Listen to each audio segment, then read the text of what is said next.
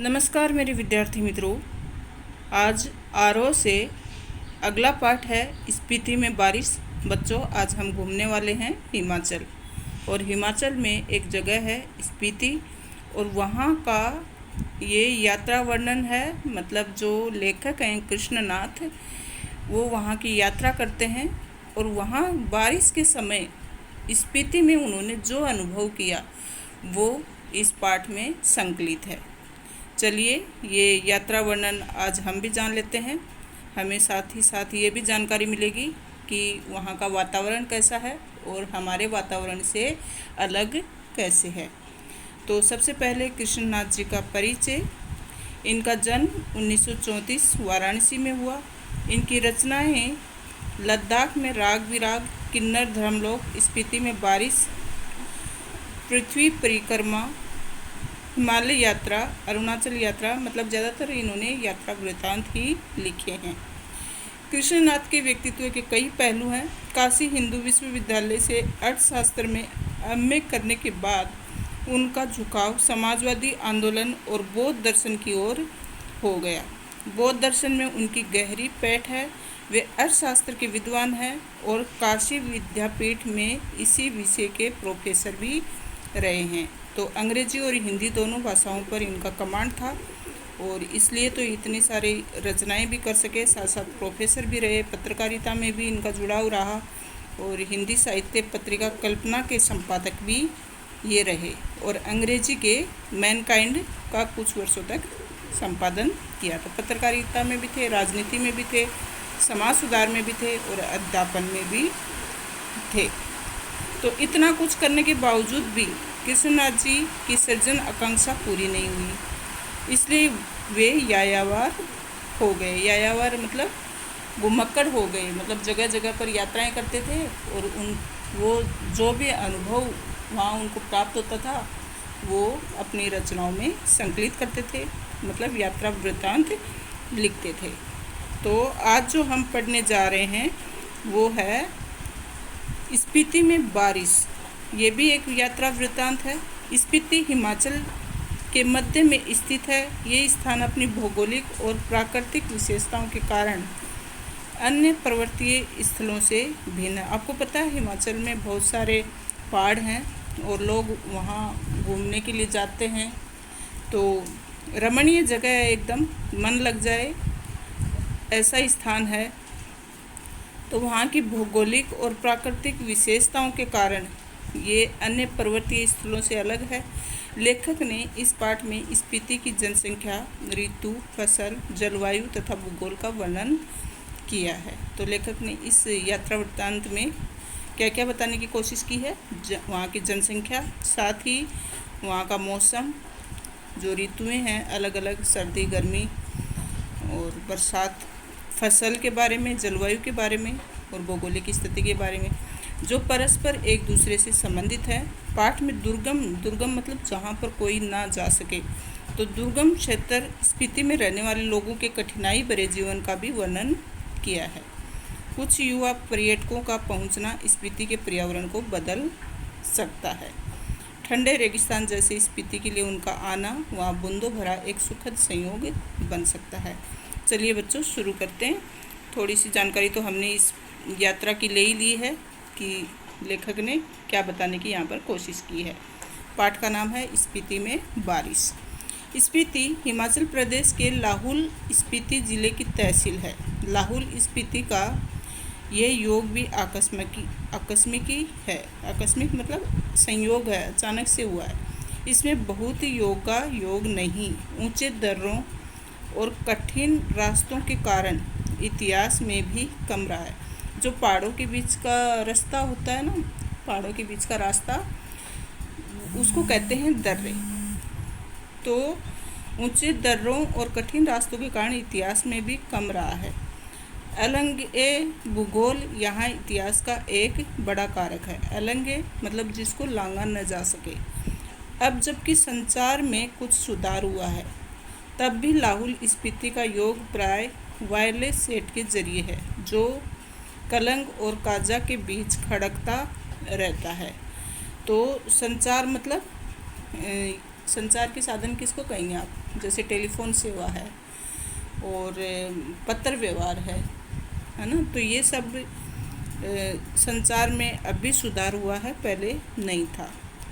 फिर भी केलंग के बादशाह को भय लगा रहता है कि कहीं काजा का सूबेदार उसकी अवज्ञा तो नहीं कर रहा।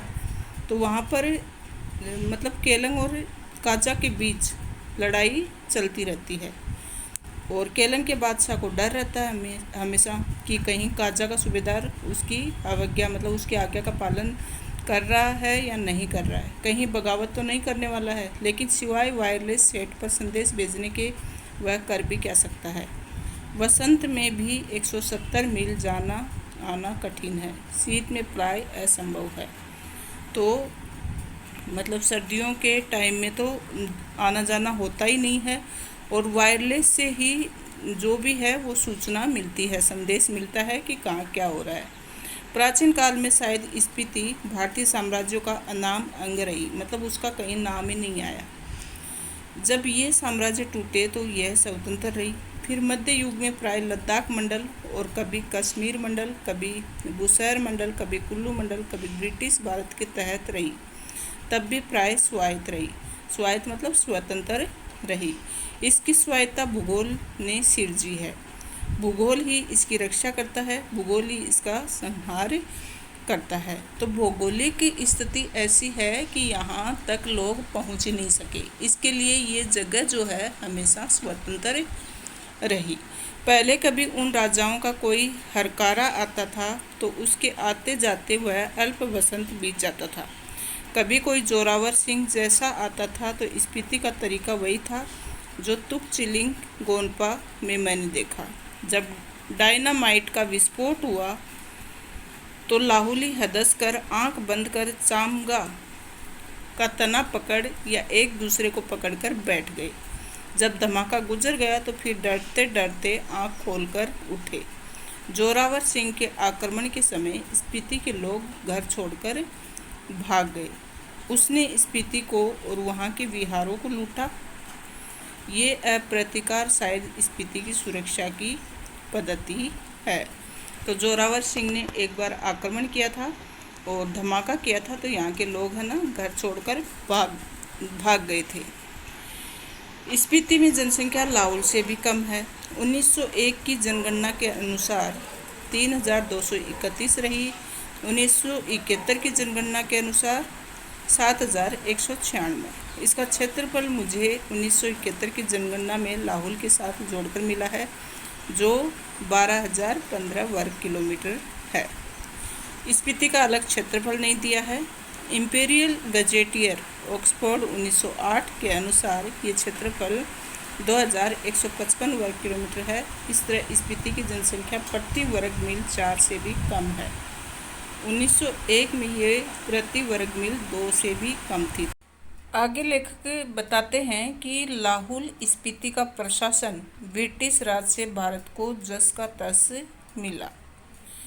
अंग्रेज़ों को ये 1846 ईस्वी में कश्मीर के राजा गुलाब सिंह के जरिए मिला। अंग्रेज़ इनके जरिए पश्चिमी तिब्बत के ऊन वाले क्षेत्रों में प्रवेश चाहते थे। तिब्बत में अंग्रेजी साम्राज्य के दूरगामी हित भी थे। जो भी हो 1846 में कुल्लू, लाहौल, स्पीति ब्रिटिश अधीनता में आए। तो ब्रिटिश की अधीनता में कब आए? 1846 ईस्वी में। पहले सुप्रीडेंट के अधीन थे, फिर 1847 में वे कांगड़ा जिले में शरीक कर दिए गए। लद्दाख मंडल के दिनों में भी स्पीति का शासन एक नोनो द्वारा चलाया जाता था। ब्रिटिश भारत में कुल्लू के असिस्टेंट कमिश्नर के समर्थन में ये नोनो कार्य करता था। इसका अधिकार क्षेत्र केवल द्वितीय दर्जे के मजिस्ट्रेट के बराबर था, लेकिन स्पीति के लोग इसे अपना राजा ही मानते थे। राजा नहीं है तो दमयंती जी को रानी मानते थे। तो मतलब स्पीति के लोग हैं ना, जो अंग्रेज अधिकारी था उसी को अपना राजा मान बैठे थे। और अंग्रेज़ों के अधीन कब आया था स्पीति? 1846 में। बच्चों स्पीति क्या है? एक जगह है हिमाचल में जिसकी चर्चा हम कर रहे हैं, जिसकी जनसंख्या भी बहुत कम थी। और यहाँ की यात्रा जब लेखक ने की तो लेखक को बड़ा ही अजीब अनुभव यहाँ का हुआ तो उन्होंने इस पाठ के जरिए हमें बताने की कोशिश की है। तो वर्तमान में यहाँ की जो जनसंख्या है, वर्तमान मतलब 2002 की बात यहाँ पर दी हुई है।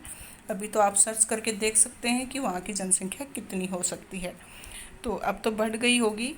तो 2002 की बात बता रहे हैं कि लाहौल स्पीति का क्षेत्रफल तो 12,210 वर्ग किलोमीटर और जनसंख्या 34,000 है। तो कितनी कम जनसंख्या है। और स्थानीय शासक था यहाँ का। 1873 में स्पीति रेगुलेशन पास हुआ, जिसके तहत लाहौल और स्पीति को विशेष दर्जा दिया गया।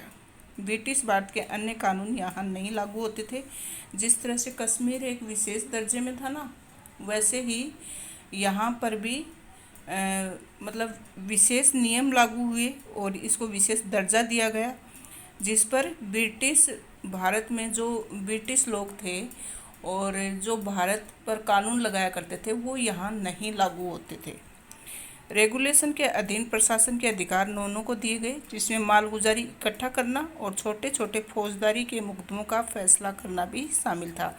मतलब जिस तरह से किसी प्रकार की डकैती, लूटपाट, ये सब है, तो ये फैसला और साथ ही मालगुजारी मतलब टैक्स लेना लोगों से, ये सब एक अधिकार नौनों को दे दिए गए जो ये करता था।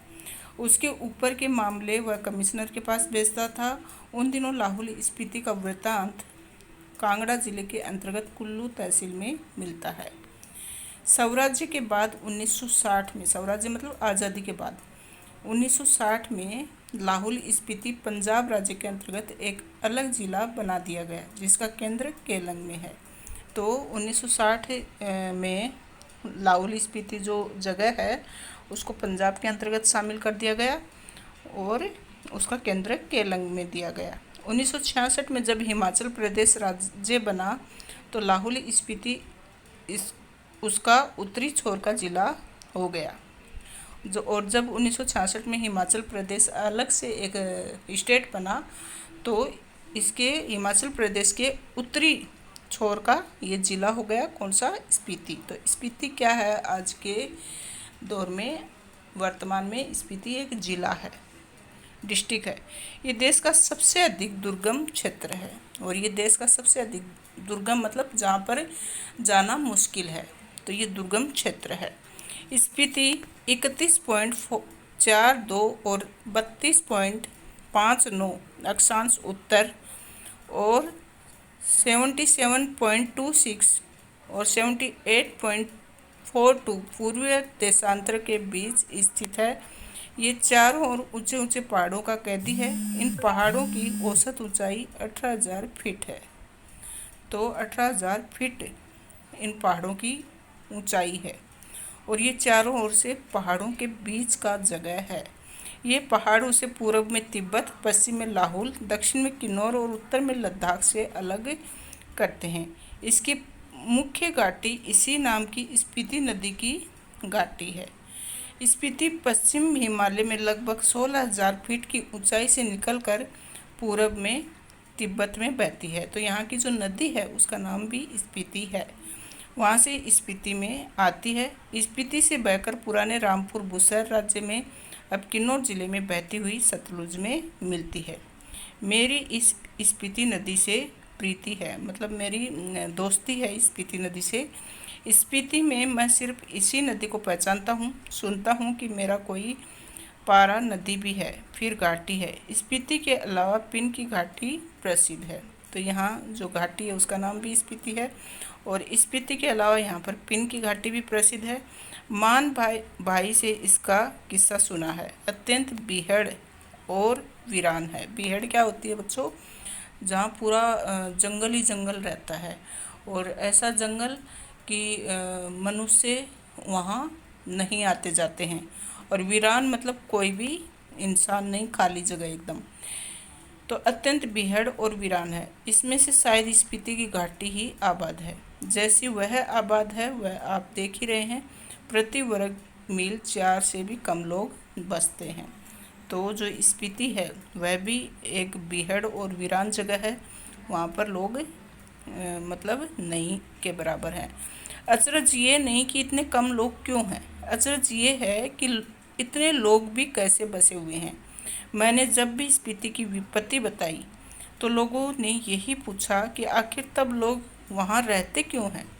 8-9 महीने से इस दुनिया से कटे हुए हैं, ठंड से ठिठुर रहे हैं, सिर्फ एक फसल उगाते हैं, लकड़ी भी नहीं है घर गर्म रख सके, तो उनके पास तो लकड़ी भी नहीं है, ठंड में मरते हैं। आपको पता है पहाड़ों पर कितनी ठंड होती है, तो वो रहते क्यों हैं?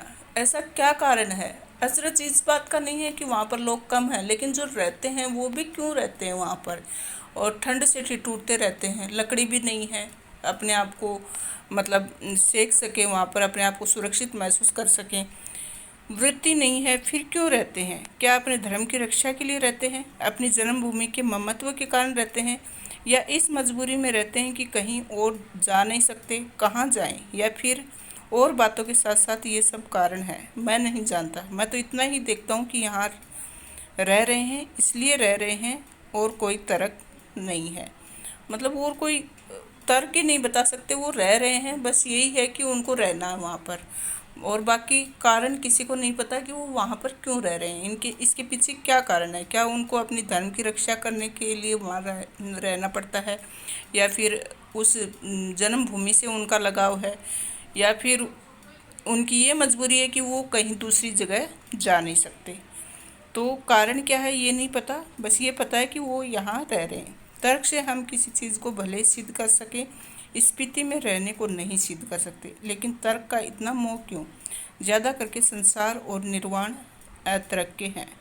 अतर्क के मतलब कोई उसके पीछे तर्क नहीं है। तो ज़्यादा करके संसार में ऐसी बहुत सारी बातें हैं जिनके पीछे कोई तर्क हमें दिखाई नहीं देता, तर्क से परे हैं, मतलब उसके मतलब कारण से अलग ही है वो, हम उनका कारण नहीं बता सकते कि ऐसा क्यों है।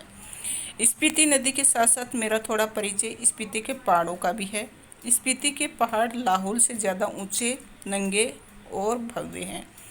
ऊंचे हैं और नंगे मतलब उनके ऊपर न तो घास है, न पेड़ है, न इंसान है। इनके सिरों पर स्पीति के नर नारियों का आर्तनाद जमा हुआ है। आर्तनाद मतलब दुख का स्वर। शिव का अट्ठास नहीं, हिम का आर्तनाद है। हिम मतलब बर्फ, तो बर्फ जमी हुई है। ठिठुरन है, गलन है, व्यथा है, मतलब दुख ही दुख महसूस होता है। इस व्यथा की कथा इन पहाड़ों की ऊंचाई के आंकड़ों में नहीं कही जा सकती। फिर भी जो सुंदरता को इंच में मापने के अभ्यासी हैं, वे भला पहाड़ को कैसे बख्श सकते हैं? वे ये जान ले कि स्पीति मध्य हिमालय की घाटी है, जिसे वे हिमालय जानते हैं।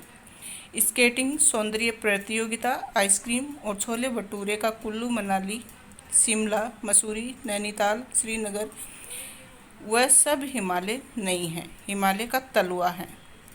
शिवालिक या पीर पंचाल या ऐसा ही कुछ उसका नाम है। ये तलहटी है। रोहतांग जोत के पार मध्य हिमालय है। इसमें लाहौल स्पीति की घाटियाँ हैं। इन घाटियों की औसत ऊंचाई नापी गई है। श्री कनिंघम के अनुसार लाहौल की समुद्र की सतह से ऊंचाई 10,535 फीट है। स्पीति की 12,986 फीट है, यानी लगभग 13,000 फीट तो औसत ऊंचाई है। तो ये जो स्पीति है, घाटी है एक, इसकी ऊंचाई पूछी जा सकती है आपसे, तो 13,000 फीट है, ऊंची है मतलब। मध्य हिमालय की जो श्रेणियां स्पीति को घेरे हुए हैं, उनमें से जो उत्तर में है उसे बारालाचा श्रेणियों का विस्तार समझे। बारालाचा दर्रे की ऊंचाई का अनुमान 16,221 फीट से लगाकर 16,500 फीट का लगाया गया है। इस पर्वत श्रेणी में दो चोटियों की ऊंचाई 21,000 फीट से अधिक है। दक्षिण में जो श्रेणी है वह मान्य श्रेणी कहलाती है। इसका क्या अर्थ है? कहीं ये बौद्धों के मान्य मंत्र के नाम पर तो नहीं? ओम मणि पद्मे हूँ इनका बीज मंत्र है। इसका बड़ा महात्म्य है। इसे संक्षेप में मान्य कहते हैं। तो मतलब बौद्ध लोग जो मंत्र पढ़ते हैं ना, वो मंत्र है ये ओम मणि पद्मे हूँ। तो ये इसका बड़ा महत्व है और बौद्ध इसको मान्य कहते हैं। कहीं इस श्रेणी का नाम इस मान्य के नाम पर तो नहीं? अगर नहीं तो करने जैसा है। यहाँ इन पहाड़ियों में मान्य का इतना जाप हुआ है कि ये नाम उन श्रेणियों को दे डालना ही सहज है। तो पहाड़ी का नाम ही मान्य दे दिया। और यहाँ पर मंत्र जाप भी होता रहता है और मंत्र का नाम भी मान्य है, तो हो सकता है इन मंत्रों के कारण इस पहाड़ी का नाम मान्य दे दिया। इम्पेरियल गजेटियर में मान्य श्रेणी की ऊंचाई 21,646 फीट बताई। ये तो इस श्रेणी की किसी चोटी की ऊंचाई होगी, पूरी श्रेणी की ऊंचाई तो एक नहीं होगी। इसमें जो छोटी छोटी चोटियां हैं उनकी ऊंचाई भी 17,000 फीट से अधिक है। कई गांव समुद्र की सतह से 13,000 फीट से ऊंचे बसे हैं, एक या दो 14,000 फीट की ऊंचाई पर हैं। ये मध्य हिमालय है, इसमें स्पीति स्थित है। तो मध्य हिमालय में स्पीति स्थित है और यहाँ छोटी छोटी पहाड़ियाँ भी हैं जिनकी ऊंचाई 17,000 फीट से अधिक है। इसके पार बाह्य हिमालय दिखता है। इसकी एक चोटी 23,064 फीट ऊंची है। इसमें कई चोटियाँ 20,000 फीट से अधिक ऊंची हैं। तो लेखक ने इतनी सारी चोटियों की ऊंचाई यहाँ पर बताई है। बाद में कहते हैं कि मैं ऊंचाई के माप के चक्कर में नहीं हूँ, न इनसे होड़ लगाने के पक्ष में हूँ। वह एक बार लोसर में जो कर लिया सो बस, इन ऊंचाइयों से होड़ लगाना मृत्यु है। हाँ, कभी कभी उनका मान मर्दन करना मर्द और औरत की शान है। तो मतलब इन ऊंचाइयों को मापना हर किसी के लिए संभव नहीं है। और मैं इसके लिए मतलब कंपटीशन में नहीं हूँ कि मैं इनकी ऊंचाइयाँ मापूँ और दूसरों से कंपटीशन लगाऊँ। जो कर लिया वो बहुत बड़ी बात है और ये एक मर्द और औरत की शान है इनका मान मर्दन करना। मैं सोचता हूँ कि देश और दुनिया के मैदानों से और पहाड़ों से युवक युवतियाँ आएँ और पहले तो स्वयं अपने अहंकार को गलाएं, फिर इन चोटियों के अहंकार को चूर करें। उस आनंद का अनुभव करें जो साहस और कुव्वत से यौवन में प्राप्त होता है। अहंकार का ही मामला नहीं। ये मानने की चोटियाँ बूढ़े लामाओं के जाप से उदास हो गई हैं। युवक युवतियाँ किल्लोल करें तो ये भी हर्षित हों। अभी तो इन स्पीति का आर्तनाद जमा हुआ है। वह इस युवा 28 की गर्मी से कुछ तो पिघले, ये एक युवा निमंत्रण है। तो यहाँ पर मतलब युवा यहाँ आने चाहिए, यहाँ पर घूमने चाहिए। यहाँ पर सिर्फ जो किसका जाप की बात हो रही है, लामा। तो मतलब जो बुद्ध लोग थे उनके लामा होते थे, उनके गुरु होते थे, उनका जाप सिर्फ यहाँ पर मिलता है। जबकि ज़रूरत है यहाँ पर अभी युवा लोगों के आने की। तो ये चोटियाँ, ये पहाड़ की चोटियाँ अभी युवाओं को निमंत्रण दे रही हैं कि कोई आए और यहाँ पर मतलब उनका शोर गूंजे। ये देखो वहाँ का स्पीति का ये सीन दिखाई दे रहा है, पहाड़ों पर बसा हुआ है। लाहुल की तरह स्पीति में भी 2 ही ऋतुएं होती हैं। कहीं मैंने 6 ऋतुओं का बखान किया, वह अभ्यास दोष के कारण है। यहाँ जून से सितंबर तक की एक अल्पकालिक वसंत ऋतु है, शेष वर्ष शीत ऋतु होती है। हमेशा ठंड पड़ती है यहाँ पर और 2 ही ऋतुएं होती हैं। वसंत में जुलाई में औसत तापमान 15 डिग्री सेंटीग्रेड और शीत में जनवरी में औसत तापमान 8 डिग्री रिकॉर्ड किया गया है। तो बसंत ऋतु में तो मतलब जुलाई में तापमान जो रहता है, टेम्परेचर जो रहता है 15 डिग्री सेंटीग्रेड रहता है और बाकी टाइम में 8 डिग्री रहता है। तो आप सोच सकते हैं कि हमेशा ठंडी ही बनी रहती है। बसंत में दिन गर्म होता है, रात ठंडी होती है। शीत में क्या होता है इसकी कल्पना ही की जा सकती है, कभी रहकर देखा जा सकता है। तो लेखक ने क्या बताया कि यहाँ पर सिर्फ 2 ही ऋतुएं होती हैं। बसंत ऋतु जिसमें तापमान है वो 15 डिग्री रहता है और शीत ऋतु में 8 डिग्री। तो बसंत ऋतु में तो फिर भी रह सकते हैं, लेकिन शीत ऋतु में कैसे कोई इंसान रह सकता है, ये तो कल्पना ही की जा सकती है या फिर कभी रहकर देखा जा सकता है। स्पीति में वसंत लाहुल से भी कम दिनों का होता है। वसंत में भी यहाँ फूल नहीं खिलते, न हरियाली आती, न गंध होती। दिसंबर से घाटी में फिर बर्फ़ पड़ने लगती है, अप्रैल मई तक रहती है। यहाँ ठंडक भी लाहुल से ज़्यादा पड़ती है। नदी नाले सब जम जाते हैं और हवाएं तेज चलती हैं। मुंह, हाथ और जो खुले अंग हैं उनमें जैसे सूल की तरह चुभती है। तो यहाँ की ठंड आप देख सकते हैं कि कितनी भयंकर होगी कि अगर खुला कोई अंग है, जैसे हाथ हमने बाहर निकाला तो ऐसे लगता है जैसे सूल चुभ रही हो। स्पीति में लाहुल से भी कम वर्षा होती है। मध्य हिमालय मानसून की पहुंच के परे है, यहाँ बरखा बहार नहीं है। कालिदास को अपने ऋतु संहार में यहाँ वर्षा का तो संहार ही करना पड़ेगा।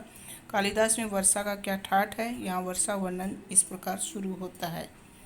तो यहाँ वर्षा भी मतलब बारिश भी कम होती है। कहाँ पर? स्पीति में। प्रिय जल की फुहारों से भरे बादलों के मतवाले हाथी पर चढ़ा हुआ, चमकती हुई बिजलियों की झंडियों को फहराता हुआ, बादलों की गरज के नगाड़े बजाता हुआ, ये कमी जनों का प्रिय पावस राजाओं का ठाठ बाट बनाकर आ पहुंचा। ये पावस यहाँ नहीं पहुंचता है। कालिदास की वर्षा की शोभा विंध्याचल में है, हिमाचल की इन मध्य की घाटियों में नहीं। तो कालिदास का जो ग्रंथ है ऋतु संहार नाटक है, जो महाकाव्य है, उसमें तो वर्षा ऋतु का बहुत ही अच्छा वर्णन किया है। लेकिन यहाँ पर कालिदास की वर्षा की शोभा नहीं दिखाई देती। यहाँ पावस नहीं पहुँचता। पावस मतलब वर्षा ऋतु नहीं पहुँचती यहाँ पर। मैं नहीं जानता कि इसका लालित्य लाहुल स्पीति के नर नारी समझ भी पाएंगे या नहीं। वर्षा उनके संवेदन का अंग नहीं। ये वह जानते नहीं कि बरसात में नदियाँ बहती हैं, बादल बरसते हैं, मस्त हाथी चिंगाड़ते हैं, जंगल हरे भरे हो जाते हैं, अपने प्यारों से बिछुड़ी हुई स्त्रियां रोती कलपती हैं, मोर नाचते हैं और बंदर चुप मारकर गुफाओं में जा छिपते हैं। तो यहाँ के लोगों को ये एहसास कैसे होगा, क्योंकि यहाँ पर तो कभी बरसात होती ही नहीं। तो उनको कैसे पता होगा कि जब बरसात आती है, वर्षा ऋतु आती है, तो कैसे मतलब वातावरण में चेंज आता है। अगर कालिदास यहाँ आकर कहें कि अपने बहुत से सुंदर गुणों से सुहानी लगने वाली स्त्रियों का जी खिलाने वाली, पेड़ों की टहनियों और बेलों की सच्ची सखी तथा सभी जीवों का प्राण बनी हुई वर्षा ऋतु आपके मन की सब साधें पूरी करें, तो शायद स्पीति के नर नारी यही पूछेंगे कि ये देवता कौन है, कहाँ रहता है, यहाँ क्यों नहीं आता। तो अगर कालिदास का ये वक्तव्य वहाँ पर लागू करें और अचानक से कालिदास ये कहें कि अपने बहुत से सुंदर गुणों से सुहानी लगने वाली, स्त्रियों का जी खिलाने वाली, पेड़ों की टहनियों तथा सभी जीवों का प्राण बनी हुई वर्षा ऋतु आपके मन की सारी इच्छाएं पूरी करें, तो लोग वहाँ के नर नारी यही पूछेंगे ये कौन से देवता का नाम है, क्योंकि उनको पता ही नहीं है कि वर्षा ऋतु ऐसी होती है। स्पीति में कभी कभी बारिश होती है। वर्षा ऋतु यहाँ मन की साध पूरी नहीं करती। धरती सूखी, ठंडी और बंध्या रहती है। तो धरती सूखी रहती है और ठंडी रहती है, और बंध्या मतलब बांझ रहती है, उसके ऊपर कुछ उगता नहीं है। स्पीति में साल में एक फसल होती है। मुख्य फसलें दो किस्म का, जौ, गेहूँ, मटर और सरसों। इसमें भी जौ मुख्य है। सिंचाई का साधन पहाड़ों से आ रहे नाले हैं और उन पर बनाए कुल हैं। यहाँ नालियाँ पहाड़ों के किनारे किनारे बहुत दूर तक जाती हैं। स्पीति नदी का तट इतना चौड़ा है कि इसका पानी किसी काम में नहीं आ पाता। स्पीति में ऐसी भूमि बहुत है जो खेती के लायक बनाई जा सकती है। शर्त इतनी है कि इसके लिए स्पीति में जल उलीचा जाए या फिर पानी का कोई और स्रोत पहुंचाया जाए। स्पीति में कोई फल नहीं होता। क्यों? वहाँ फसल क्यों नहीं होती? वहाँ एक ही फसल होती है, उसमें भी जौ ज़्यादा उगाया जाता है। और क्योंकि वहाँ पर पानी के लिए कोई सोर्स नहीं है, पानी नहीं पहुंचाया जा सकता। वहाँ की ज़मीन अच्छी है लेकिन पानी नहीं है, इसके लिए वहाँ पर नहीं कोई फल होता है और न ही कोई फसल होती है। मटर और सरसों को छोड़कर कोई सब्जी नहीं होती। शायद ऊंचाई, वायुमंडल के दबाव में कमी, ठंड की अधिकता या वर्षा की कमी के कारण यहाँ पेड़ नहीं होते। इसलिए स्पीति विशेषकर नंगी और वीरान है। वर्षा यहाँ एक घटना है, एक सुखद संयोग है। हम काजा के डाक बंगले में सो रहे थे तो लगा कोई खिड़की खड़का रहा है। आधी रात का भी पिछला पैर, इस समय कौन है? लैंप की लो तेज की खिड़की का एक पल्ला खोला तो तेज हवा का झोंका मुंह और हाथ को जैसे छीलने लगा। मैंने पल्ला भिड़ा दिया, उसकी आड़ से देखने लगा। देखा कि बारिश हो रही है। मैं उसे देख नहीं रहा था, सुन रहा था। अंधेरा, ठंड और हवा का झोंका आ रहा था। जैसे बर्फ का अंश लिए तुषार जैसी बूंदें पड़ रही थी, जैसे नगाड़े पर थाप पड़ रही थी। दुंगछेन को हवा बजा रही थी। तो एक वाद्य यंत्र है दुंगछेन। महाशंखी दवनी घाटी में तैर रही थी।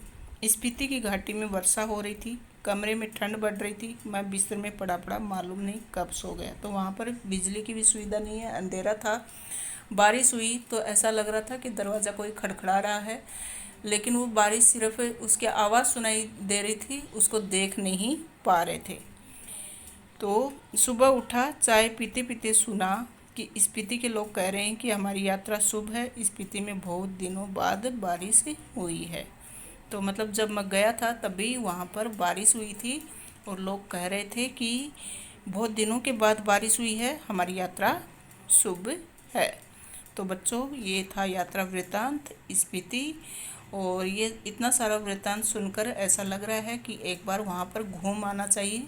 एक बार ज़रूर ऐसी जगहों पर यात्रा करनी चाहिए जहाँ पर लोग बहुत कम रहते हैं, और इन दुर्गम स्थानों की कुछ तो विशेषता होती है, कुछ तो ये अलग होते हैं। तो हम सोच सकते हैं कि हमारा रहन सहन कितना सुखद है, और ये लोग वहाँ पर रहकर भी खुश हैं।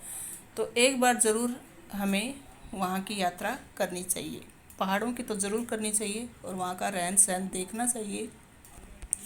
ये अनुभव लेने चाहिए अपने जीवन में। तो यहाँ पर अभ्यास दिए हुए हैं। तो इतिहास में स्पीति का वर्णन नहीं मिलता है, क्यों, फिर जीवन यापन के लिए किन कठिनाइयों का सामना करना पड़ता है, और मान्य श्रेणी का नाम बौद्धों के मानव मंत्र के नाम पर करने के पक्ष में क्यों है। तो ये सब बातें हमने इस पाठ में पढ़ी हैं। हम प्रश्न उत्तर भी वीडियो के माध्यम से करेंगे, तब आपको और अच्छे से समझ में आ जाएंगे। ठीक है, यहाँ पर कुछ कठिन शब्द दिए हैं जो मैंने साथ साथ समझाए हैं आपको। अलंग है मतलब जिसको लांघा न जा सके, जिसको पार न किया जा सके। स्वायत्त मतलब स्वतंत्र। अतर्क के मतलब तर्क न करने योग्य। और आर्तनाद दर्द भरी ऊंची आवाज़ जो होती है। पीर पंचाल क्या है, एक पर्वत श्रृंखला है। मातम में जिसकी महिमा की जाए।